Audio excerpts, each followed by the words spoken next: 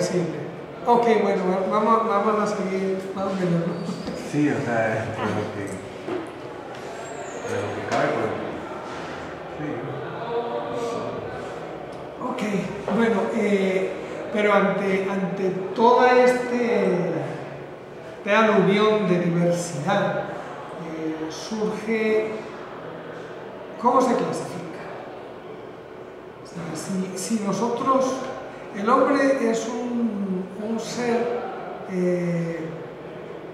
peculiar, pero no muy diferente al resto de los animales. O sea, la mayoría de las características que nosotros le conferimos de las ventajas de ser hombre, que decimos que nosotros tenemos conciencia de nosotros mismos, que nosotros reflexionamos, que nosotros cuidamos de nuestra prole, que somos inteligentes, todas esas cosas que nosotros decimos que nos hacen especiales del resto de los animales y que nos permiten esclavizarlos, matarlos y usarlos a nuestro antojo, todas esas características las tienen todos los animales. Todas. No hay ninguna de esas. Entonces plantearnos qué es lo que es el hombre, qué lo hace diferente del resto de los animales, no es ni siquiera tener un lenguaje. Porque a mí mi perro me habla. Claro, no me habla con palabras, con ladridos, con gestos, me lleva, se mueve y se hace entender para pedir las cosas que él quiere. Entonces él tiene conceptos y tiene forma de enseñar esos conceptos. Pero lo que sí nos diferencia de los animales, en mi opinión, es que ese conocimiento que tienen los animales y que nosotros como animales también tenemos, nosotros hemos hecho una cosa sorprendente, que nos hace distintos. Y es que nosotros hemos sacado de nosotros, de nuestra corporalidad, el conocimiento.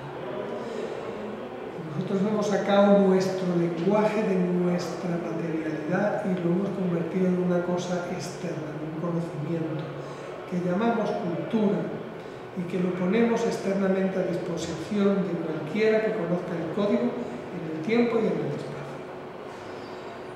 espacio. Eso sí nos hace diferentes. Ese altruismo del saber que está colocado en nuestras bibliotecas, en los jeroglíficos, en los bajorrelieves, en las pinturas rupestres, nos hacen verdaderamente seres humanos.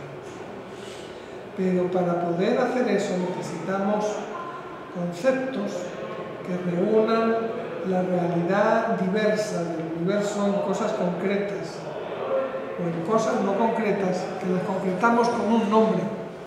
Si no tenemos nombre, no podemos referirnos y no podemos generar conocimiento que plasmemos fuera de nuestra materialidad y nuestra corporalidad.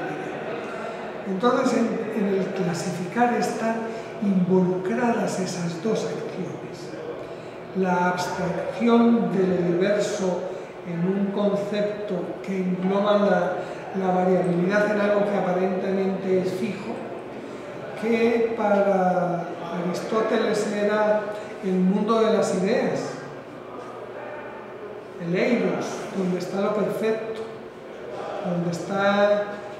donde vive la esencia de la mesa, la esencia de la computadora, la esencia del perro, y que en el mundo real nosotros vemos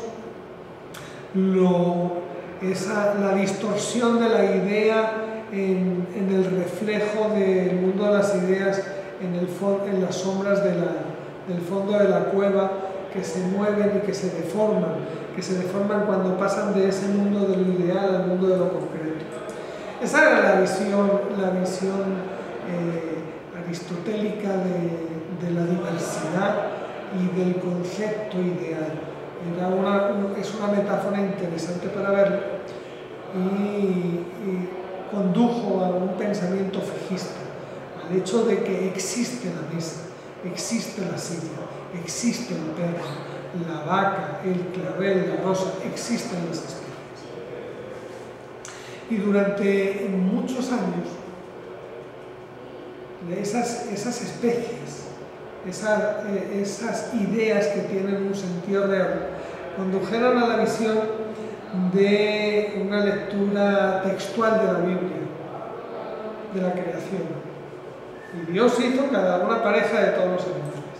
Es decir, que todo lo que hay sobre la tierra fue hecho, fue creado en un acto, en un momento determinado, y por lo tanto el trabajo de los biólogos durante mucho tiempo fue descubrir el pensamiento humano.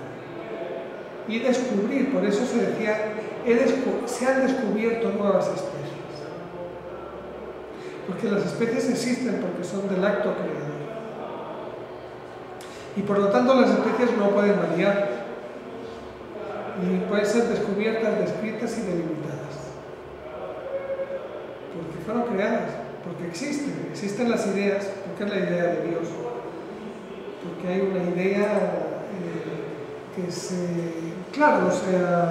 se deforma en el mundo físico como la sombra en ese mito de la caverna, pero existe, y yo lo que tengo que hacer es descubrirla y le pongo un nombre. Entonces, durante el siglo hasta Darwin, la clasificación era descubrir las especies, descubrir esos objetos hechos por la creación divina. Sin embargo, desde las ideas de Darwin de la evolución, en el que de alguna forma Darwin se plantea, no es posible que tenga una diapositiva más adelante de eso, se plantea que la variabilidad no es una deformación del hecho de que esa idea de la creación se presenta con ligeras variaciones en el mundo real, sino de que en realidad el proceso de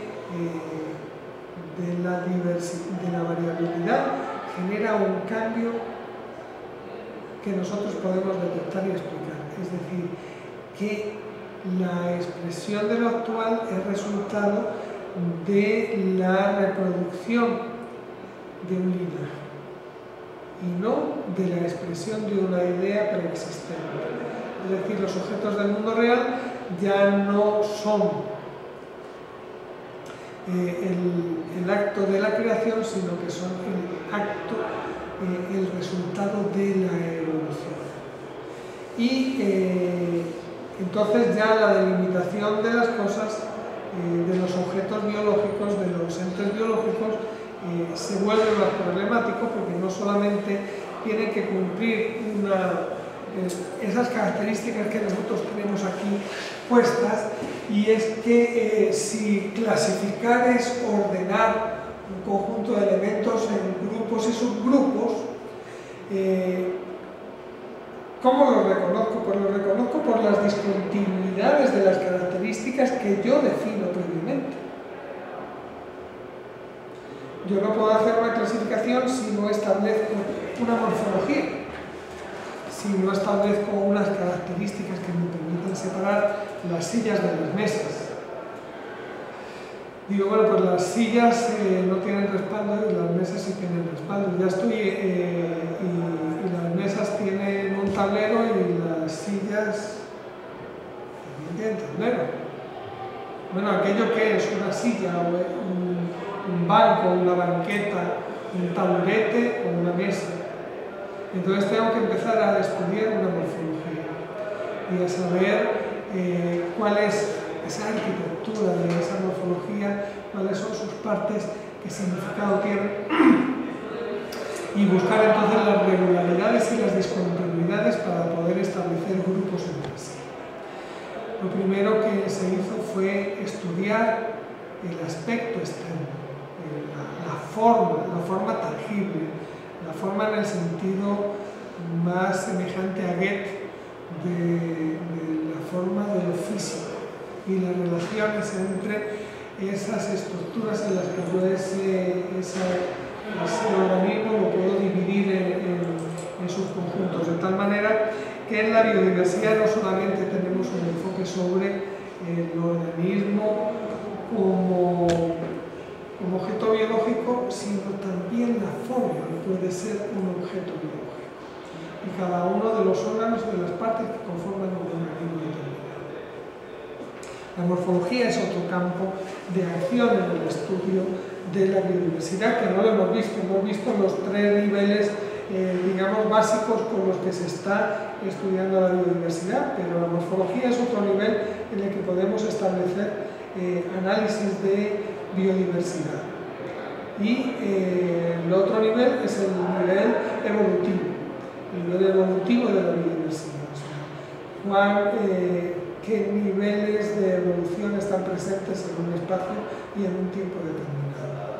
Entonces, en los problemas en los cuales hay muchas ontologías involucradas en este análisis.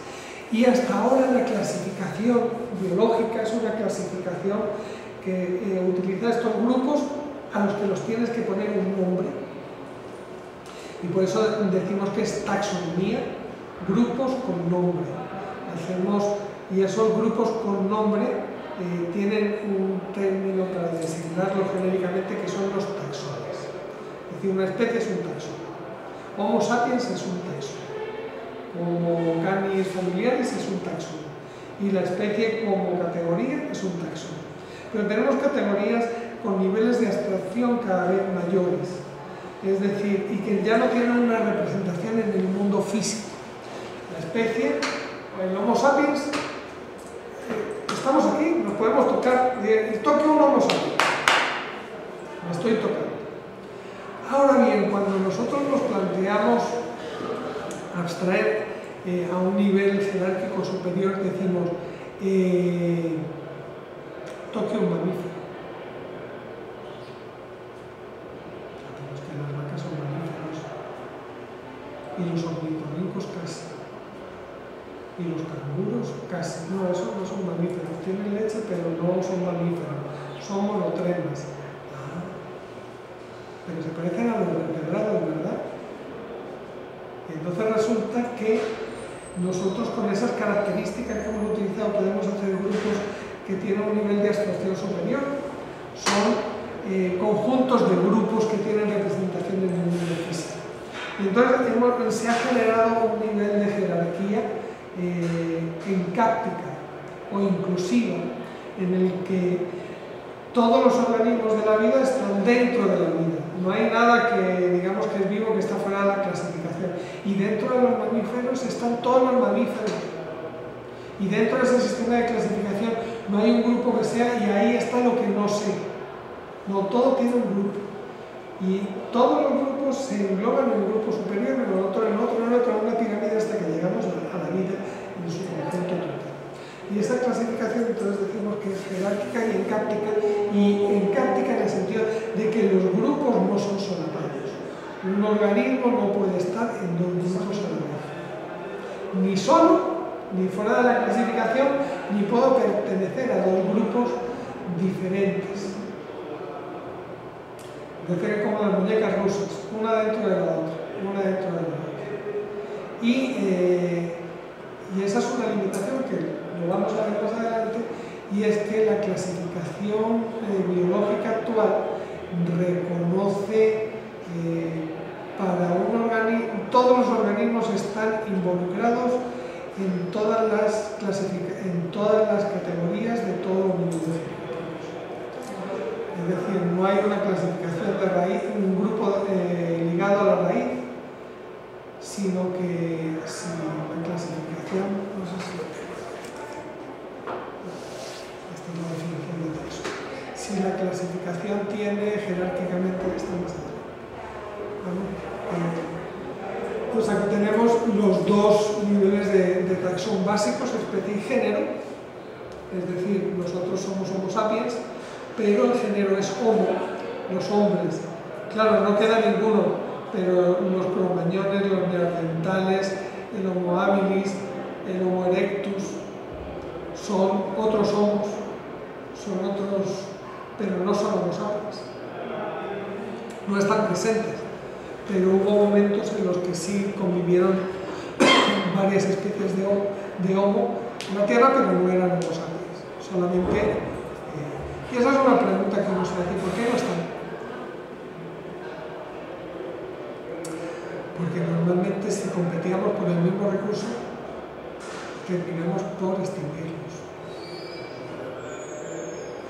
Si se dan cuenta, es difícil que convivan dos especies de depredadores del mismo género en el mismo lugar. No deberían de ser vivos. Hay un elefante asiático y un elefante africano, pero no están las dos especies en el mismo sitio. Hay un rinoceronte asiático y uno africano, pero las dos no están en el mismo sitio. Y en el caso que nos traslada, pues uno puede más. Eso es cuando uno puede más y extingue al otro. O sea, por ejemplo, como cuando en Europa, por ejemplo, en España no hay martas cebelinas, de las que se hacen los amigos no hay visones, con los que se hacen visones. Los visones son de otro lado. Entonces cultivan los visones. ¿Qué es lo que ocurre cuando el visón se escapa del cultivo, de la granja? Que acaba con las especies semejantes a él en el área porque él es más fuerte. ¿Qué pasó, por ejemplo, qué pasa con las truchas? Pues las truchas extinguieron los peces autóctonos de los ríos de los Andes, a muchos. Las truchas no eran de aquí. Ahora todo el mundo piensa que la trucha es de aquí, pero la trucha no es de aquí. La trucha la introdujeron, fue muy exitosa y desplazó a muchísimas especies de truchas de acá. ¿Qué es lo que ocurre cuando tú metes una planta que dices invasora? Una planta que viene de otro lugar y que se pone a competir con las autóctonas y si es más agresiva. A mí no me gusta utilizar esos términos de la agresividad, que son términos de valoración moral. Si es más exitosa, pues es más exitosa de las otras y las acaba. O sea, la naturaleza no tiene valoraciones morales, sino el éxito es el éxito reproductivo, el fitness. Tiene mayor fitness, no hay ningún problema. Acaba con las que estaban allá. Y a veces nosotros pensamos que son introducidas porque las trae el hombre. Pero así es como se ha establecido esos equilibrios dinámicos de la naturaleza. Vienen las plantas porque las trae en el pico un ave migratoria, porque vienen pegadas a un saco de semilla o de abono, de lo que sea que trajeron de Chile o de Hungría o de la China, o los mismos animales que se traen las semillas pegadas en el pelo, o un turista que se fue para Europa y se trajo en las suelas de los zapatos metidas con el barro de las calles de París una semilla de una planta, y cuando llega aquí, pisa aquí, dejó la semilla, crece, resulta que es exitosa y acaba con todas las plantas del páramo. Bueno, es un efecto tan natural, lo traiga un pelícano, lo traiga una golondrina, lo traiga una guacamaya o lo traiga el hombre, es igual. El efecto a la larga es el mismo y los ecosistemas terminan por ser distintos pero equilibrados. Por ejemplo, aquí vinieron el diente de león, el Taraxacum officinalis, el diente de león, que todo el mundo piensa que es de aquí, no, es europeo. ¿Y con qué vino? Pues vino en la conquista. Y uno va para el páramo y no le molesta ver el diente de león, no se comió el resto de las plantas, aprendió a vivir ahí, dentro de 1000 años o 10.000 años será una especie diferente de la europea. Y la mayoría de las plantas que se consumen medicinales en el mercado son europeas y norteamericanas. Y todo el mundo piensa que las gallinas son de aquí. Son hindúes. Y todo el mundo piensa que los aguacates son de aquí, no, son mexicanos. Y todo el mundo piensa que las papas son de aquí. Aquí no hay papas nativas, las papas son de Perú y de Bolivia. El maíz tampoco se cultivó aquí por primera vez, vino de México. Y entonces uno ve que esos movimientos de la biodiversidad terminan por cuadrarse. El problema es que no sabemos cuánto tarda, cómo hacer eso para nuestra supervivencia. Pero bueno, cuando nosotros nos enfrentamos a conocer esa diversidad que es evidente para cualquier observador, pues utilizamos básicamente esas dos categorías. Esas categorías de género y especie vienen de los tiempos aristotélicos. Y Aristóteles hablaba de especie, lo específico, lo concreto, lo que tiene experiencia material, y el genus, el género, es lo genérico, lo más abstracto. Si lo específico ya tiene una abstracción, porque nosotros somos Homo sapiens, pero somos diferentes, yo no tengo nada de pelo, usted tiene pelo, yo lo veo bien, usted ve bien, tenemos configuraciones físicas y fisiológicas diferentes, y usted también, pues entonces resulta que, pero nosotros reconocemos que poseemos en común una serie de características que nos hacen podernos nombrar a nosotros como un hecho distinto del resto. Entonces, cómo llegar a eso, que era la figurita del investigador con todas las mariposas colocadas alrededor de su cabeza sin saber qué hacer con todo eso. Bueno, nosotros aquí tenemos una serie de orquídeas que pertenecen a qué? Son muy parecidas, ¿verdad? No, pero A ver. parecida en el sentido de que es como la misma forma, pero no. A ver. Tiene como diferentes tintes, diferentes morfologías. Ajá, sí, pero que como ahí teóricamente hay dos géneros, Telipomon y Tricoceros. ¿Y por qué? Ni por decir que es el número de hojas, ¿no? Porque esta tiene 3 y esta tiene 1, 2, 3, 4, 5. Pero sí diferentes tintes. Pero eso no es, eso es igual que nosotros. Nosotros somos iguales, pero diferentes características. Pero aquí abajo sí se nota que hay algo, digamos, algo común. ¿Qué? Como unas hojas abajo y luego arriba tiene otras. O sea, tiene, digamos, unos pétalos, ¿serán eso? No sé. Da igual cómo los llame, podemos inventar. Ok. No hay tiene unos ningún pelitos y arriba no tiene pelos.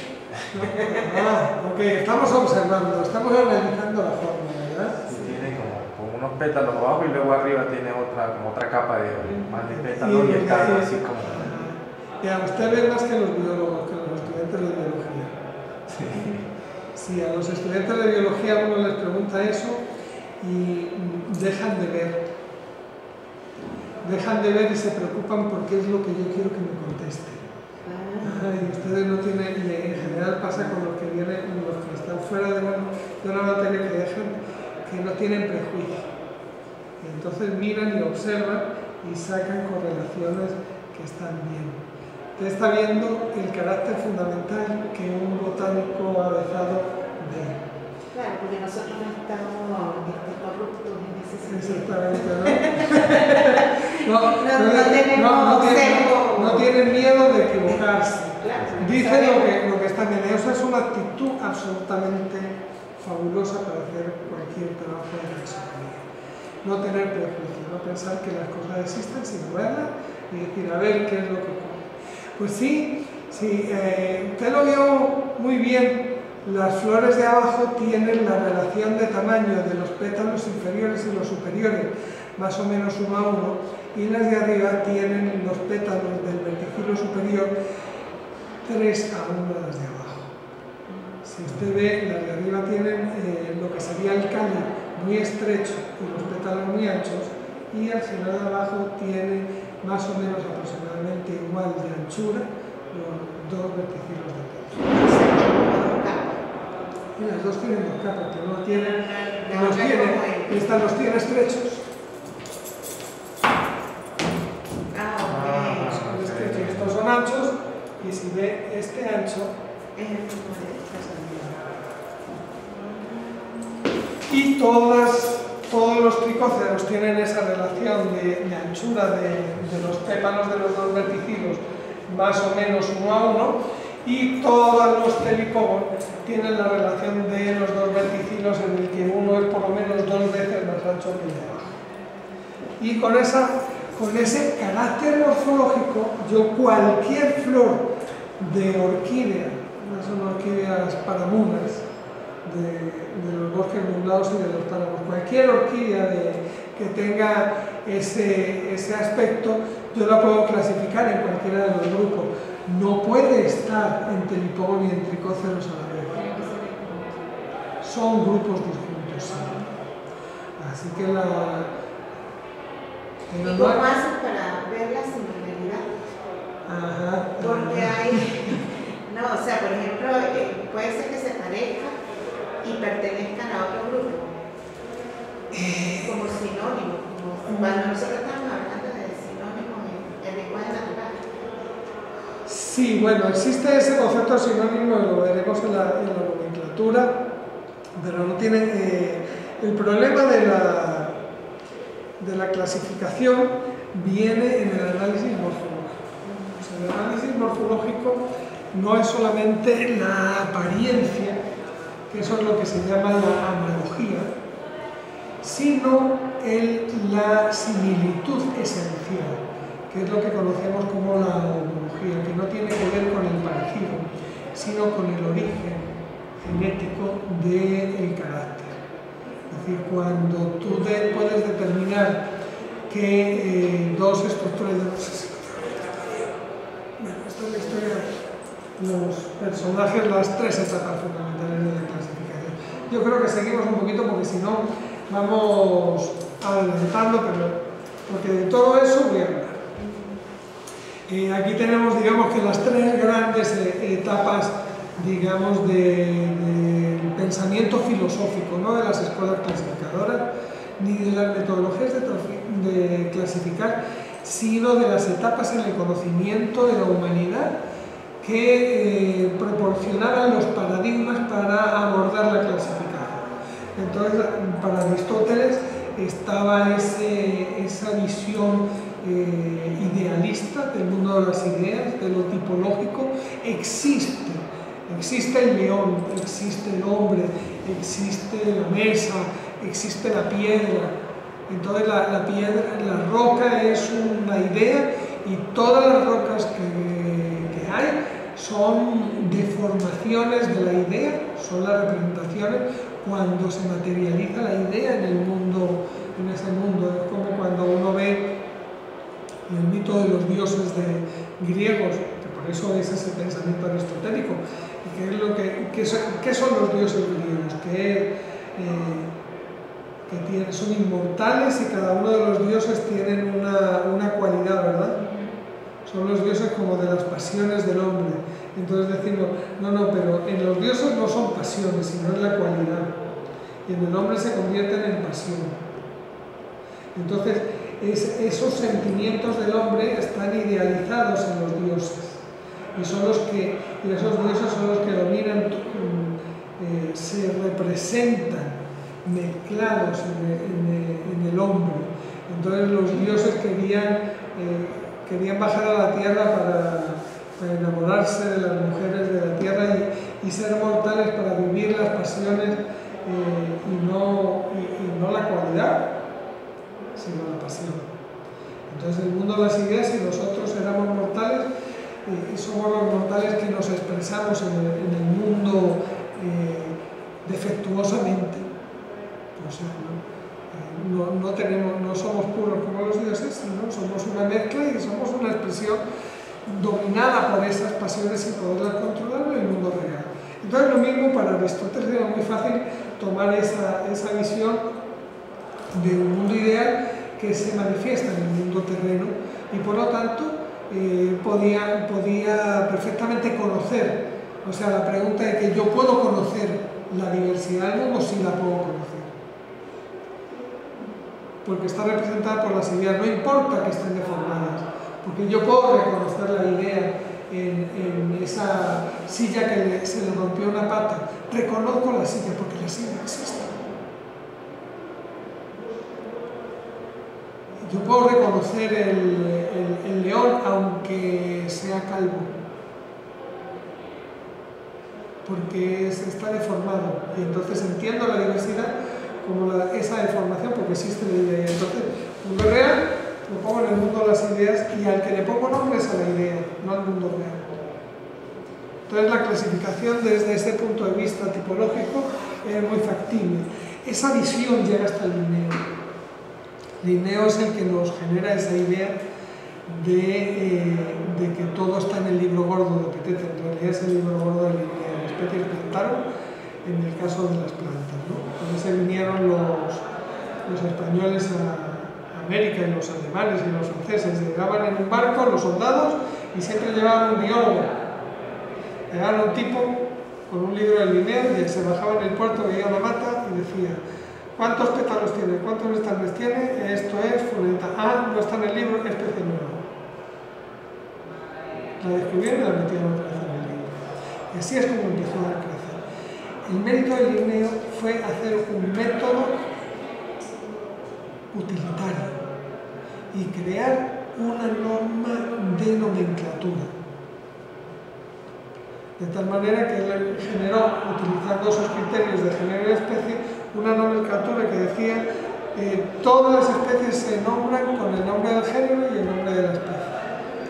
Y entonces era Rosa canina, Rosa moscata, Rosa californica, Rosa rubra, toda la Rosa feliciana, todas las rosas las podían nombrar diciendo es una rosa, y el epíteto específico, el restrictivo específico, era una característica, una localidad geográfica donde vivía ese animal o esa planta, el nombre del que lo descubrió, al nombre del político al que tú le ibas a pedir financiamiento para la siguiente expedición, etcétera, etcétera. Pero tenías un nombre y tenías un método para establecer, para reconocer esas especies, esas entidades ideales, y un método para describirlas, con una morfología estandarizada. Entonces eso creó una explosión de posibilidades para el conocimiento, el reconocimiento de la diversidad. Cuando yo antes hablaba que necesitamos operativamente tener capacidad operativa para abordar los nuevos descubrimientos, las nuevas exploraciones, es idear un mecanismo como el que ideó Linneo, sirva o no sirva filosóficamente para una concepción biológica, porque la de Linneo no sirvió para una concepción biológica, pero sí sirvió para conocer la diversidad. Fue un motor extraordinario, hasta que llega Charles Darwin y dice: mire, no. Nosotros seleccionamos las características de los animales y creemos razas nuevas. Hay cambios de una generación a la otra y que pueden resultar en el establecimiento de una morfología distinta que no estaba presente anteriormente en la naturaleza. Cuando se cava en el suelo para buscar minerales, se encuentran huellas de animales y de plantas que no existen en la actualidad. Claro, la Edad Media es algo que decir, que eran las figuras de arcilla que el demonio hacía, y que como él no tenía la capacidad de darle la vida al soplo del alma que Dios le daba, que entonces nunca habían existido, que por eso estaban ahí en la tierra, en el subsuelo, cerca del infierno. Entonces, pero bueno, había gente que decía: no, pero si es que aquí hay animales que sí hay. O sea, que sí los hay ahora, que son...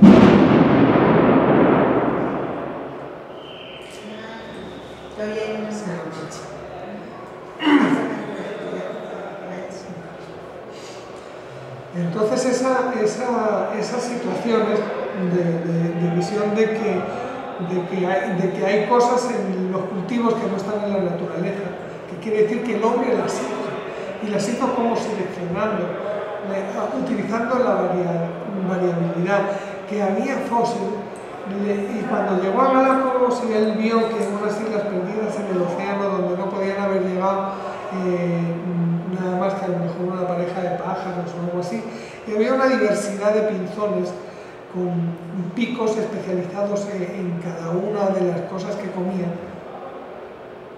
dijo, o sea, el origen de las especies viene por la variación y la reproducción y la adaptación, la supervivencia de los más aptos. Y por eso se le dice que Linneo se dice la teoría de la evolución es de Linneo, eso es mentira. O mejor dicho, no es que sea mentira, es que no es exacto. Linneo le dio una explicación al fenómeno de la evolución. Jean-Baptiste Lamarck le dio otra explicación, y puede haber otras explicaciones a un fenómeno que es el de la evolución. Pero Linneo le dio una explicación. Esa explicación es la explicación, por eso yo les digo siempre a los estudiantes que cuando leen la teoría de la evolución, mediante la selección natural. El descubrimiento, el aporte de Darwin fue la explicación, la selección natural. Más adelante Monod habló de azar y necesidad. El cambio se produce por azar y la selección se produce por cumplir la necesidad de la supervivencia. De tal manera que la clasificación ya no puede ser ajena al fenómeno que causa la diversidad. Es decir, tú no puedes clasificar por similitud morfológica, porque ya no existen las cosas. Ya hay un linaje que produce variación.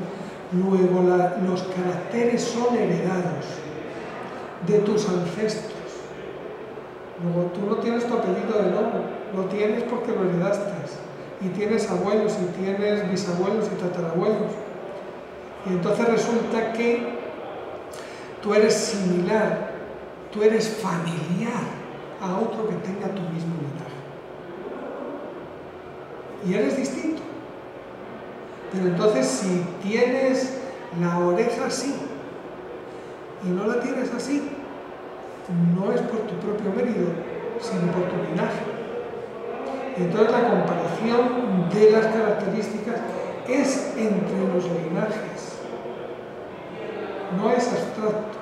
Por eso la similitud formal en el sentido de la forma es distinta a la similitud esencial.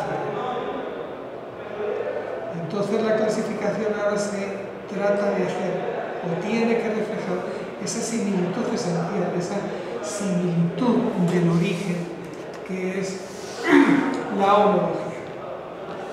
De tal manera que aquí, antes, esto era el reino, la clase, el orden, la familia, los géneros. Pero ¿qué es lo que ocurre? Que esa no es la clasificación biológica de las jerarquías encánticas. Porque resulta que tú lo que tienes aquí son los caracteres y aquí tienes la evolución de los caracteres. Dices el ancestro común, la clase, que tiene a todos ellos, y tú ves que hay uno que surgió con un solo cambio, y aquí que hubo una diversificación mayor en subgrupos que tienen que ver con la historia filogenética de familia. Sin embargo, estos no son géneros, especies y no sé cuánto.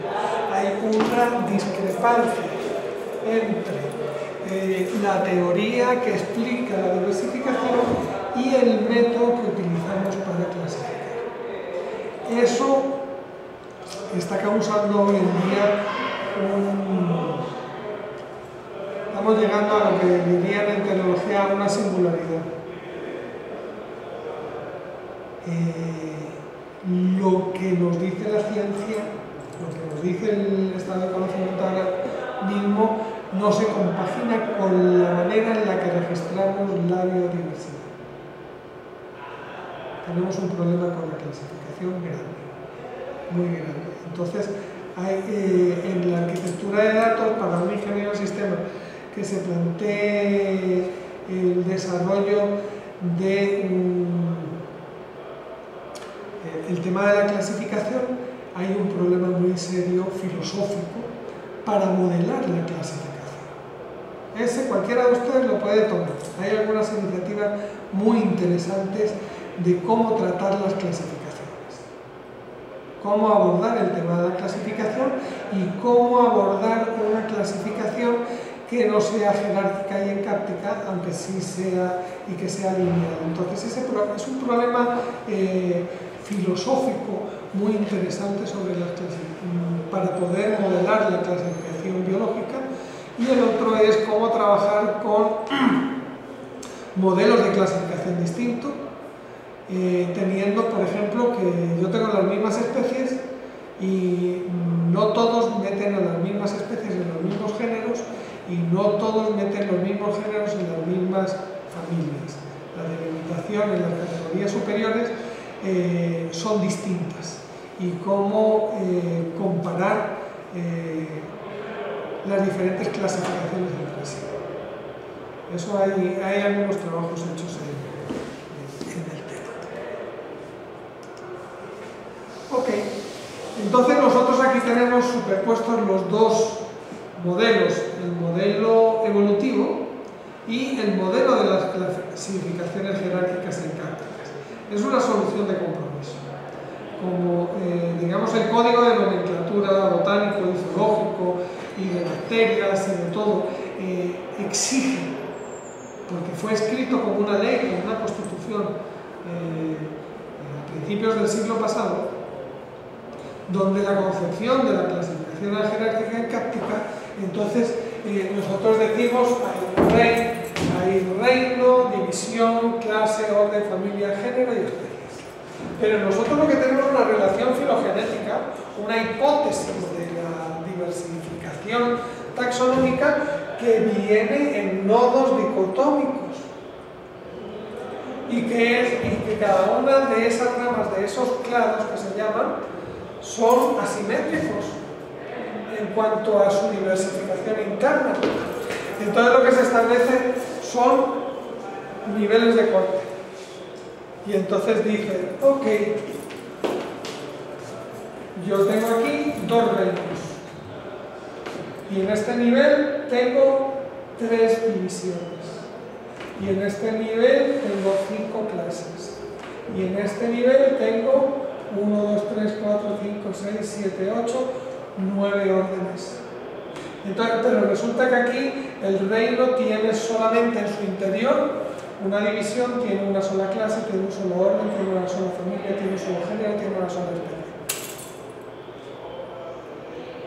Y crea una asimetría en la diversificación interna de cada uno de los grupos. Pero la clasificación no iba a ser solamente con género y especie.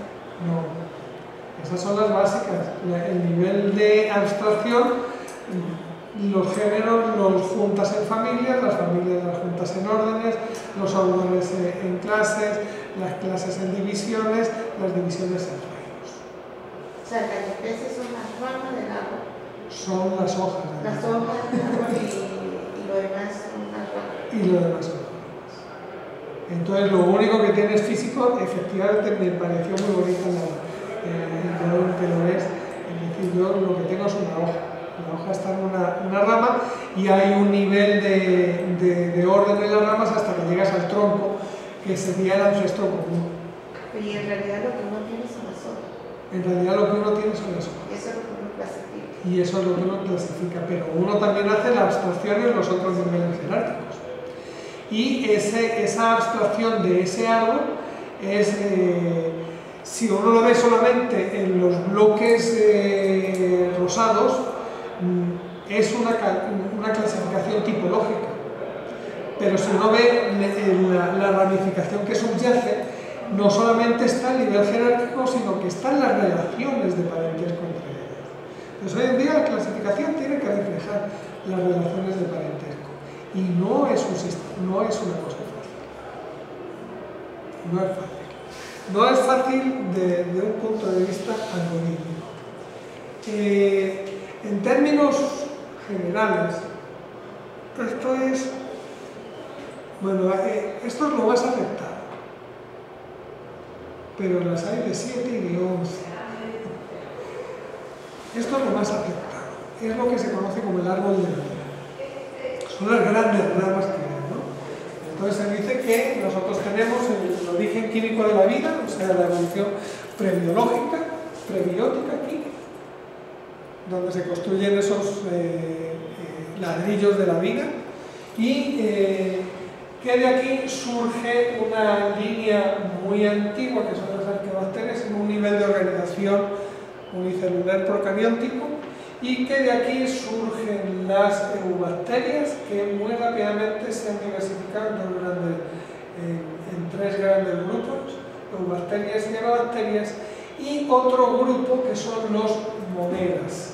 Las monedas, que son las primeras células eucariontes que tienen núcleo, donde están los protistas, y de aquí, de este gran grupo de protistas, surgen los hongos, las algas verdes, y dan origen después a las plantas, y por otro lado surgen los animales, y hay otros grupos, por ejemplo ahí está Ericaras, que es un reino independiente, que son todos fósiles, aunque recientemente en estas exploraciones han encontrado unos organismos que parecen Ericaras actuales, no se había descubierto ninguno vivo hasta ahora.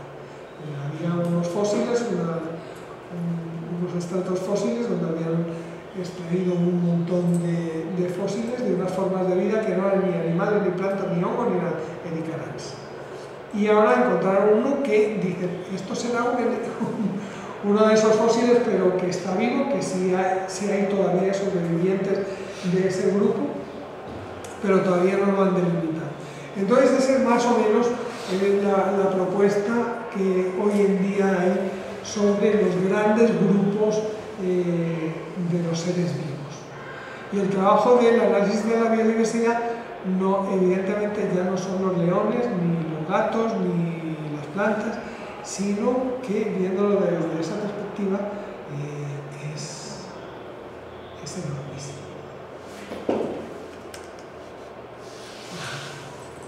Entonces ahora vamos a situarnos en la dimensión de Venezuela. O sea, no solamente nosotros no podemos pensar en que vamos a hacer una estrategia mundial, que vamos a hacer, ojalá que alguno de ustedes tenga la suerte, si quiere, la habilidad de poder trabajar en un nivel internacional, una base de datos que sea a nivel global, ¿no? Pero nosotros vivimos en un lugar privilegiado del planeta. Hay 11 países megadiversos. ¿Y qué quiere decir? Que tienen más del 50% de la diversidad del planeta entre sí. Y es donde reside la esperanza del futuro. Y como podemos ver, esos países, claro, bueno, ahí está marcado Alaska como pertenece a los Estados Unidos, ¿no? Pero la mayoría de ellos está cerca del trópico. Son las zonas tropicales o subtropicales donde hay mayor biodiversidad. Y también podemos observar otra cosa, porque llama la atención que mientras que esta franja de los Estados Unidos y de China, claro, está dentro de los países megadiversos, pero porque es el territorio nacional, la diversidad está más concentrada hacia el Ecuador, pero toda la zona del mundo antiguo no está dentro de lo megadiverso, porque el hombre es que le ha dado muy duro, la civilización le ha dado muy duro desde antiguo, y en América y en Asia, a pesar de que son civilizaciones más antiguas, no se desarrolló la tecnología tan rápidamente, y todavía son reservorios o quedan reservorios de biodiversidad de la conocida. Tenemos que recordar la primera de las diapositivas en las que entre 5 y 50 millones y era entre el 3 y el 22%. Entonces, de la conocida, no sabemos la desconocida dónde está. Y una de las suposiciones es que esa desconocida está, o mucha de esa biodiversidad está en el gran espacio en blanco que son los océanos y que no está contemplado ahí. Entonces, Venezuela, de la biodiversidad terrestre, es el océano de los países. Y aquí está una tabla de las estimaciones de lo que hay, de la comparación de lo que se conoce de Venezuela y del planeta, y vean que las cifras de Venezuela son realmente significativas. O sea, en insectos tenemos el 12,23% de las especies del planeta, en mamíferos un 6,4%, en anfibios casi el 5%, de aves el 13%, reptiles el 3%, de peces muy poquitas, de animales está alrededor del 10% de la fauna mundial está en Venezuela, de los hongos pocos, los hongos suelen estar más diversificados, los hongos que se conocen, no todos los hongos, en los países subtropicales y boreales y australes. En las algas no es que tengamos pocas, es que no hemos tenido quien las estudie. De líquenes tenemos bastantes y hemos tenido muy pocos estudiosos, pero hay bastantes. Briófitos también tenemos bastantes helechos en el mismo nivel. Gimnospermas, porque aquí hay pocas gimnospermas, y de angiospermas tenemos esa cifra ya está por encima de los 14.600, está cercana a los 17.000 especies en la actualidad, o sea que estaremos dentro de más o menos del 4,3% de la flora del mundo. Es decir, que Venezuela no va a tener un registro de biodiversidad con tablas con pocos registros, sino con tablas con muchos registros. Eso solamente hablando de las entidades, de los taxones. Pero las bases de datos no solamente deben de trabajar con taxones, sino que deben empezar a trabajar también con individuos, con la valoración del estado de la variación de las poblaciones. Si lo vemos en cuanto a las plantas, yo voy a hablarles mucho de plantas porque yo soy botánico, así que tengo más datos de plantas y conocimientos de plantas que de animales, pero pueden ser más o menos extrapolables. En especies endémicas, quiere decir de especies que no las va a encontrar nadie si no es en Venezuela, pues Venezuela está también bien situada. Como ven, sube algunos escalafones y no está la última, sino que tiene 4 países por debajo: Perú, Ecuador, Estados Unidos y DRC, no me acuerdo qué plan es,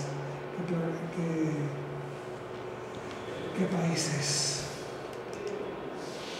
En anfibios también estamos un puesto por debajo, digo en vertebrados.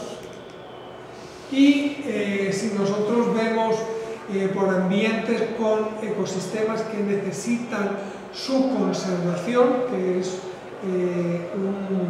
un parámetro calculado en cuanto a su diversificación, o sea, la diversidad que tienen, y la tasa de deforestación o de pérdida del ambiente natural, nosotros vemos que en Venezuela está prácticamente en los lugares que necesitan mayor protección y conservación, precisamente por ese grado de diversificación, de diversidad, y por estar en una zona de alta diversidad. Y si nosotros vemos que es, digamos, la otra cara de la moneda, y es el nivel de naturalidad de los paisajes, de no haber sido alterados por la acción del hombre, pues Venezuela está prácticamente de color naranja.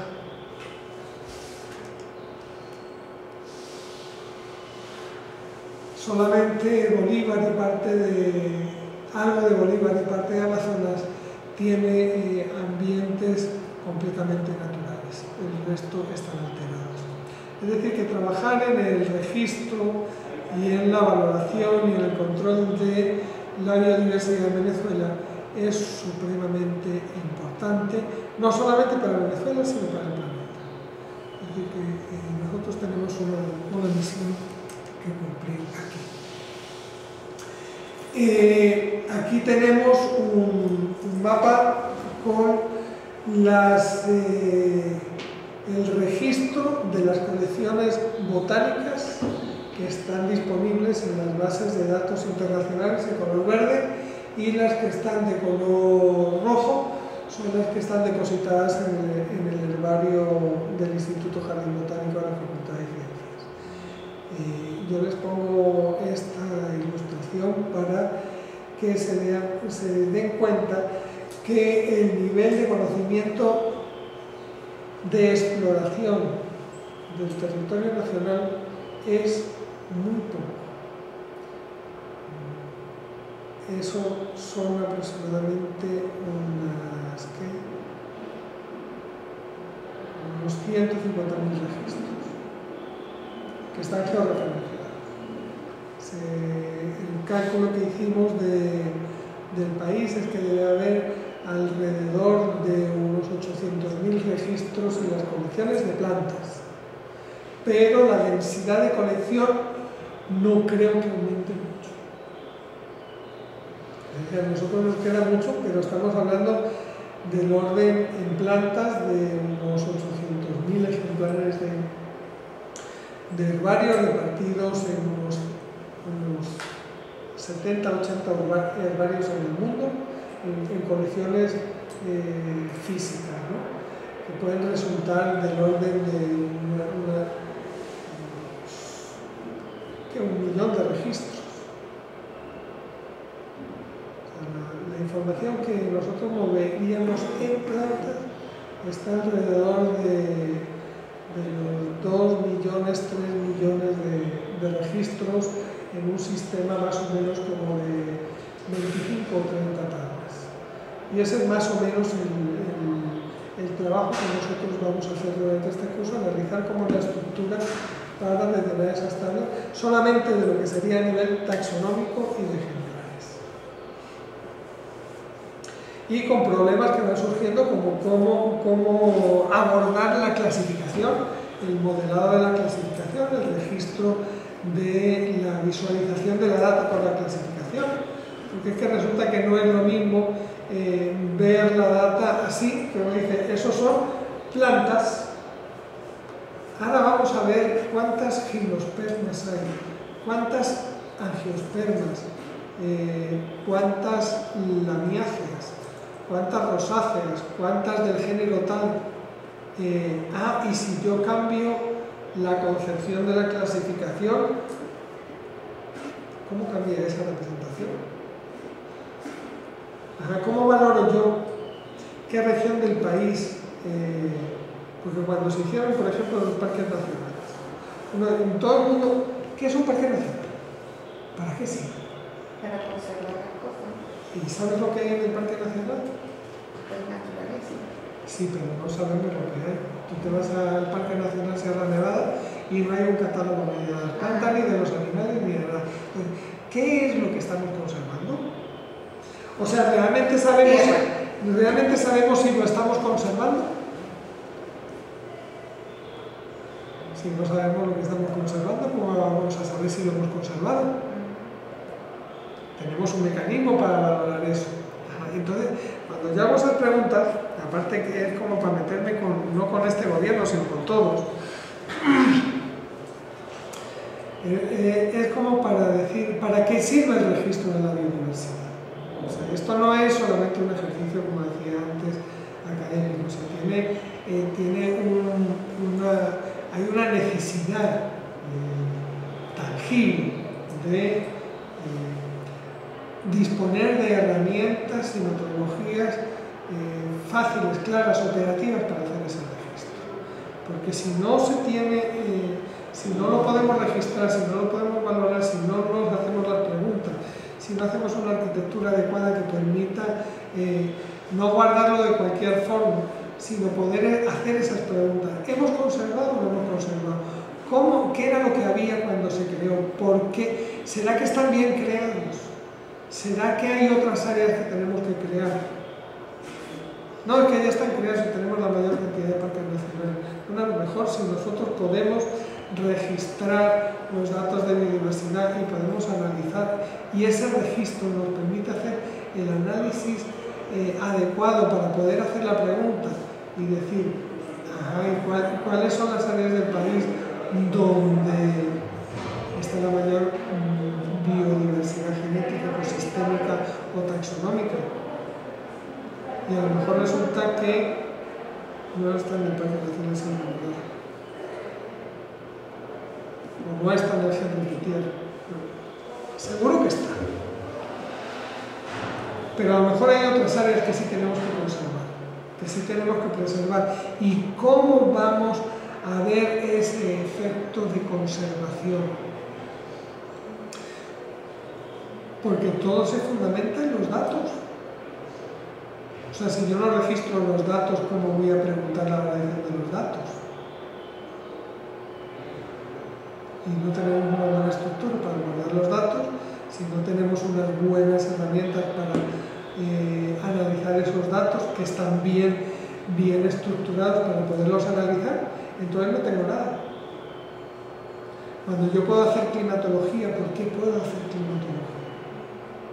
Bueno, ahora la Fuerza Aérea se conecta al Weather Channel y te lee el reporte para Venezuela, porque no necesitas hacer nada. Pero antes, ¿qué es lo que tenías que tener? Estaciones climáticas. Y tenías que medir la velocidad del viento, la precipitación, no sé cuánto. Y con esas estimaciones tú decías el clima de acá es tal, y estas son las tendencias climáticas por años, por no sé cuánto, que acertaron muy poquito. Ahora se acierta más porque se sabe cómo hay el frente nuboso, cómo es la dinámica de la atmósfera, pero eso no lo hacen aquí, lo hacen en otro lado, ¿no? Pero cuando tienes pero si tú tuvieses los satélites, si tú tuvieses mandarse los globos ondas a la estratosfera, si tuvieses los datos solares y no sé cuánto, podrías no esperar a que te hagan la proyección climatológica en otro lugar, lo podrías hacer tú. Pero para poder hacer eso no solamente tienes que tener el satélite y tienes que tener los globos sonda, sino que tienes que tener el análisis de la data, de la estructura de datos para poderla registrar. Pues nosotros estamos ahora mismo en Venezuela en el momento de desarrollar una estructura de datos para Venezuela, sin olvidarnos que estamos insertos en el mundo y que nosotros tenemos que formarnos. Y yo no digo que esto sea, yo no estoy ofreciendo trabajo, porque no lo tengo, pero sí es una necesidad que tiene el país y que la va a tener que afrontar en un futuro, esperemos que cercano, más que lejano, después de la marcha a lo mejor. Se va a tener que hacer. O sea, porque hay una obligación de país que no se está asumiendo. De hecho, ya no tenemos ni Ministerio del Ambiente. Y se va a tener que hacer. Va a tener que haber una Oficina Nacional de Biodiversidad que acometa. A lo mejor surgen las universidades o de donde sea, pero tiene que surgir. No tiene necesariamente que desarrollarse en el futuro gente que sepa arquitectura de datos de biodiversidad y que trabaje en un servicio nacional que desarrolle todo esto nacional. Porque no vale, porque yo lo hago en mi oficina con otra persona. Yo desarrollo las bases de datos de diversidad de plantas, pero el nivel de acopio de información es muy limitado. Esto es una estrategia que tenemos que desarrollar un saber cómo a nivel nacional para que no se invente después, sino que se haga sobre